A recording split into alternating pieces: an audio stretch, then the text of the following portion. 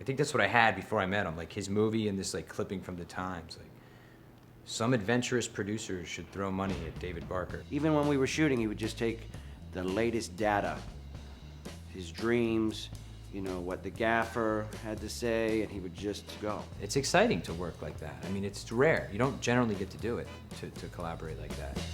I'm going uptown to Harlem, gonna let my hair down in Harlem. When are they coming in? They're not coming tonight. They're gonna pass out at a motel. They'll be here first thing in the morning. Yeah. I don't like it. I was mostly unemployed that spring, Yeah. trying to sell my truck, What was that, 46 GMC? 46. And we had been talking about doing a play. And I ran into a guy that had directed me in a play, David Barker. He was getting ready to shoot this film, Daylight.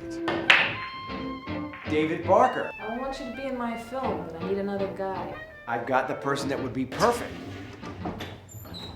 We're gonna make a film, guys. The thing I think we should do is go to the church. You know, Barker's more, I think he looks for qualities in an actor, in the person. Also, he's thinking about the circumstances that you're in currently. So we were working on a script for about a year, Alexandra and I.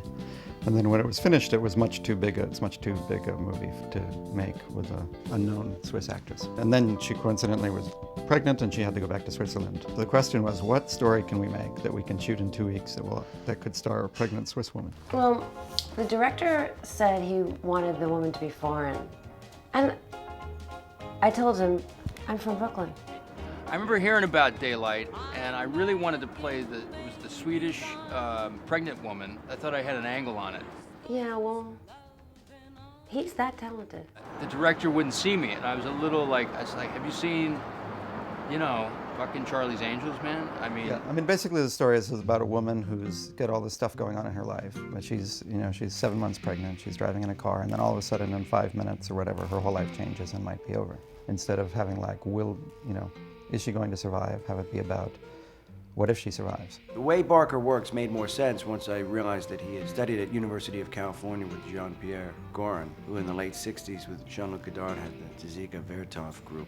I didn't even discover it, I just felt it. The films they made were all collaborative. We started going into the Players Club on McDougal Street. Players Theater. Players Theater. Where Richard Foreman boxes. Where Richard Foreman boxes. I think a few days a week, and we would just improv from character ideas, from story ideas, and he would just tape record all the rehearsals. Then we'd go in and do it again, but it didn't seem like anything was getting written down for a long time. Yeah. At some point, there was something, and that's when he brought in Jay and Lars and Ben.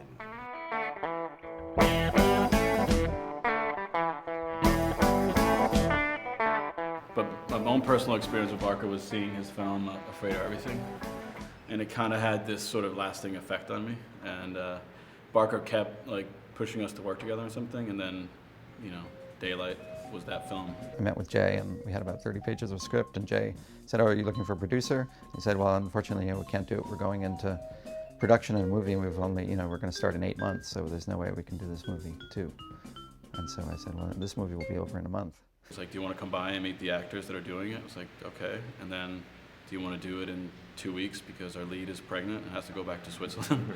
We're like, "Yes, let's do it." All these things just kept falling into place. They said they could get the car. It was nice, man. We really wanted to drive the Maserati, remember? We'd get a little blast in it.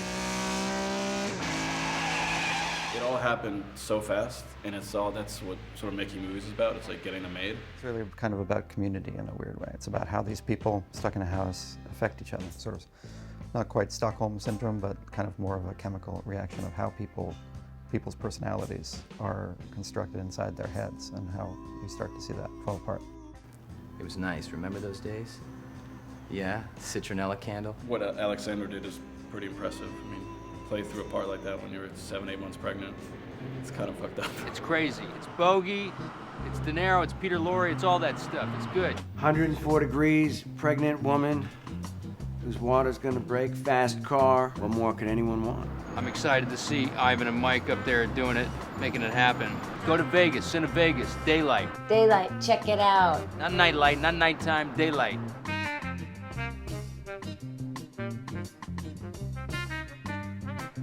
I don't have a lot of time because I'm gonna go to Lamaze class right now, prepare preparing for a role where I'm playing a pregnant woman.